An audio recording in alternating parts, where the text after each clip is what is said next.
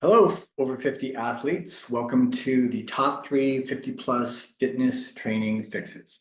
We're going to talk about what exactly the problems are for training, typical and sort of pernicious problems that a lot of over 50 athletes run into. And we'll talk about what your goals might be and why certain fixes might be more useful than others.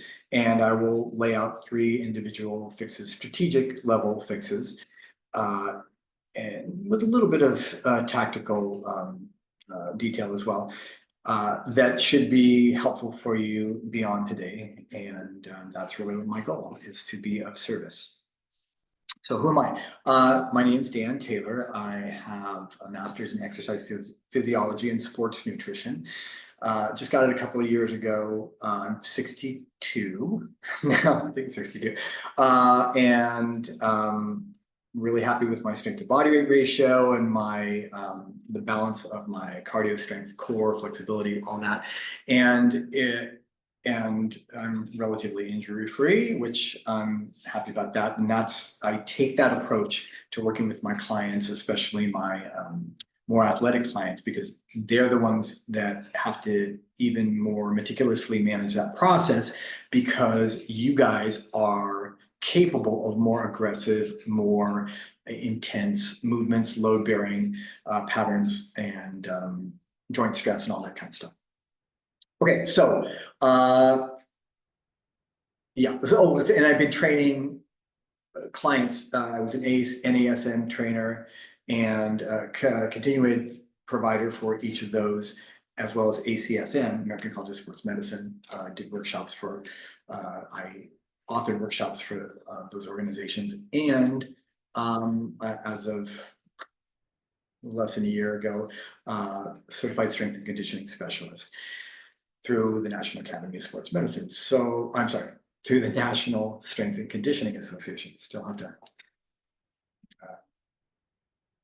rebrand that in my name, in my head. Okay, so let's get right to it. So what is the problem? The problem is that training deficits or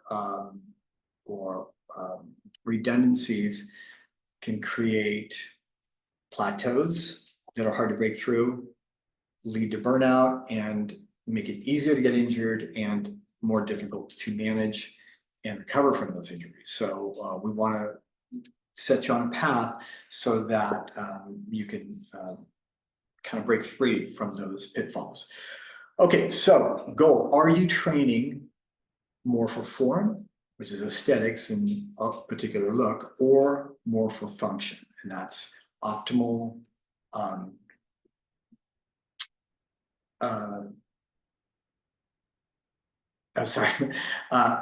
optimal conditioning for a particular event, or just general fitness and wellness, or to accommodate a particular type of physical activity or stress that you want to be able to accommodate and keep your injury risk low, and do your best with that particular activity. So if you want to train to create a certain look of muscularity and leanness, that is one particular path that doesn't necessarily share some. It will share some, but not necessarily a majority of overlap with training for sport performance. And I'm not going to get into the details here, but just to talk about whether form or function is the priority, then if it's more form, then while you do want to have your training protocols support a lean muscular look, they're probably not necessarily as important at a certain point as nailing the nutritional side. And that's, I've done a webinar about body composition that not sure what the timing is when I'm gonna release it. I've already released it or I'm going to, but it'll be available if it's not already. So if you're training for form, you want to achieve and maintain a look that uses the variables of frequency, duration, and intensity. Those are the three primary variables in training. So I know that there are a lot of athletes out there who may be overdoing some aspect of one or more of those variables, or just not enough. And so the point of diminishing returns is passed, and the synergy between those three variables is not ideal. And that's really easy to develop a blind spot for, because we kind of get attached to whatever our program is, and maybe not necessarily ask of it in an objective way. Is this the best thing to be doing for this particular component of my training program, given my goals and the other variables? So it's important to ask yourself that. And then for function, same issues there, but your objective is to maintain optimal performance capacity while minimizing diminishing returns, specifically relative to sports performance and athletic capability. And you also want to avoid wasted effort and unnecessary injury risk. Okay, so that's the landscape. Okay, let's move forward into the fixes. Okay, first fix that I think a lot of people don't necessarily take into consideration is to look objectively at the goals and the controllable variables. Now, the controllable variables, I mentioned frequency, duration, and intensity. So your choices relative to those three variables, also the structure and the relevance of your program components. Do the individual pieces of your training program support, overload, or somewhere in between what your goals and your sports activities are? For instance, a lot of marathoners swim when it's close to the time for the race because they want to minimize the impact shear force on the lower body joints, primarily and secondarily maybe the low back, but still work on their endurance capacity. So that's probably the most well-known and simple one, but there are a ton of other ones depending on your specific profile and what the current construction of your program is. So it's really important to look at that. I'll give you another example.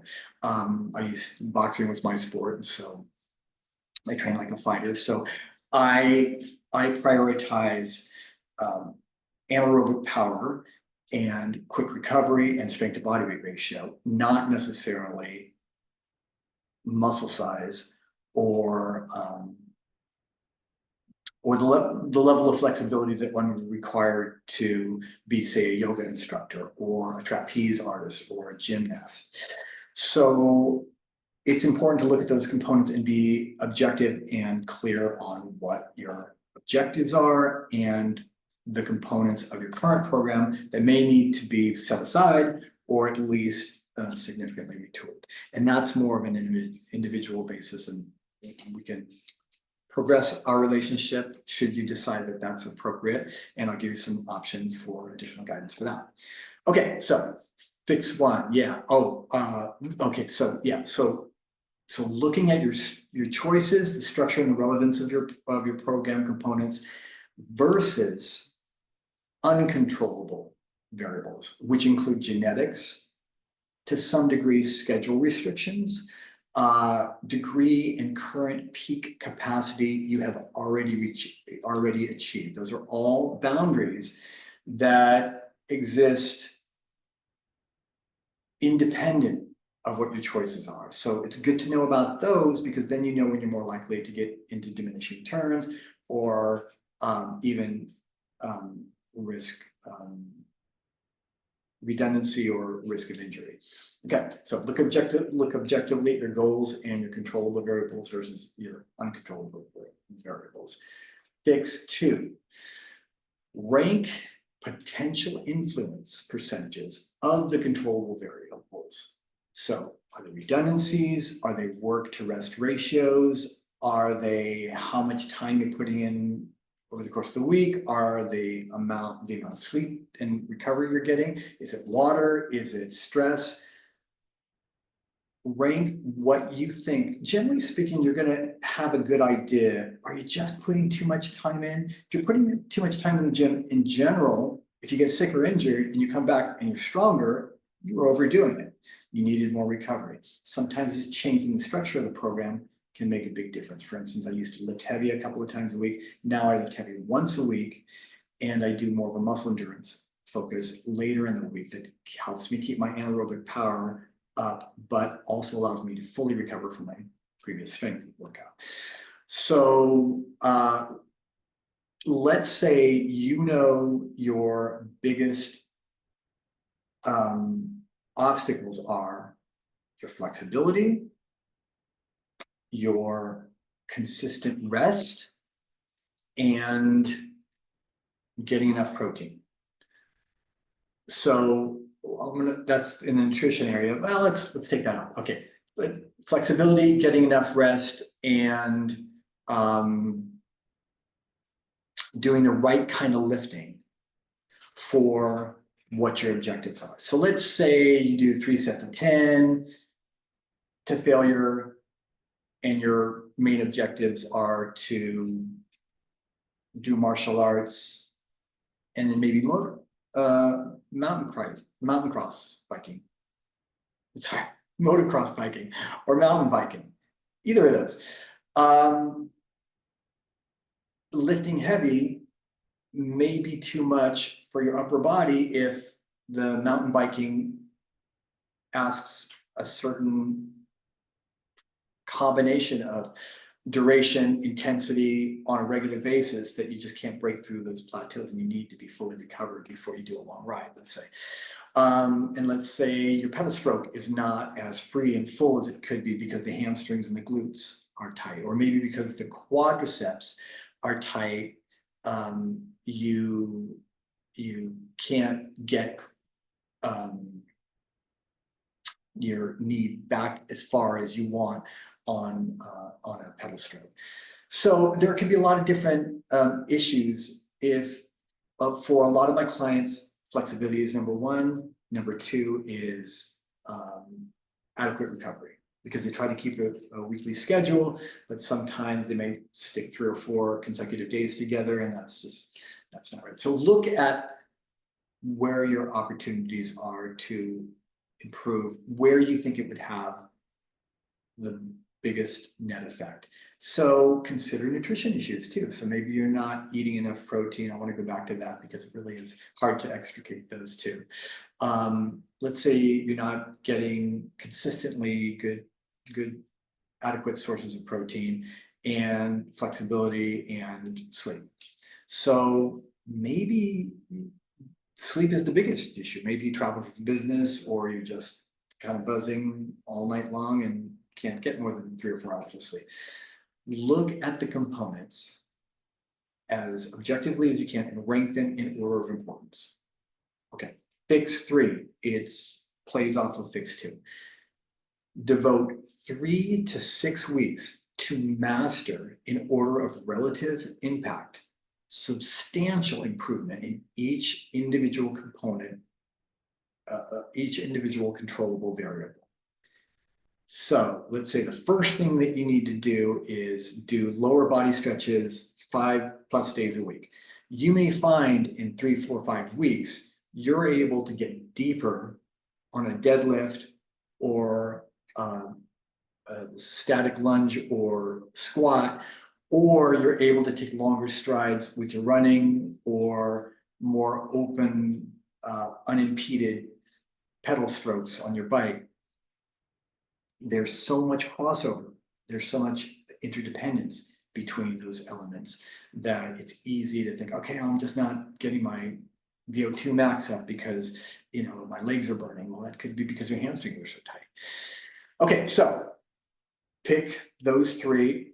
You can't go wrong, even if you don't get them in the right order, because they may have interdependent effects, or at least it clears that pathway to focus on the next variable that needs to be improved. Okay, so I don't want this to take the whole, hour. You don't have the time. I wanted you to get some insight on strategically where you want to apply your focus and try to get some objectivity and some well-informed guidance about the process of evaluating your program and looking for weak points and blind spots, redundancies, and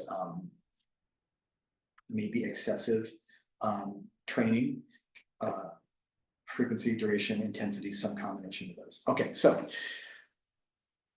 it's great. Everything that I have shared with you is based on research and a lot of field testing. But to get from the research to the result, research to result pathway, what I've done today is presented a compass for you that has a clear direction, but doesn't provide the actual individual path that considers your unique landscape. I'm available for that via a 20-person, once a quarter group coaching program. But the principles and the fundamentals and an actual template exists on the digital course that I provided. The link to all the resources is below. And as a starting point, it's going to be a no-risk scenario for you. I have a booklet that will reinforce what we talked about today. It's called the Priorities for Over 50, Training Priorities for Over 50 Athletes. It's $15, but it's no risk, because if you buy it and you're not happy with it for any reason, let me know and I will refund your money. Also, if you decide to move on to the digital course for training for over 50 athletes, best training practices for over 50 athletes, I will refund your money. I will discount for the value of the booklet, which is part of the digital program.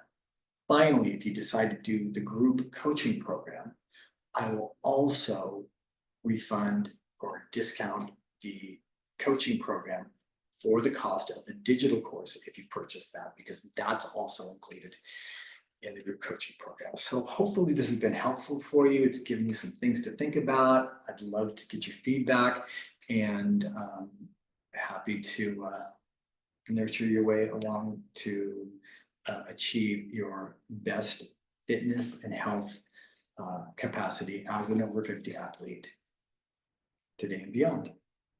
Thanks.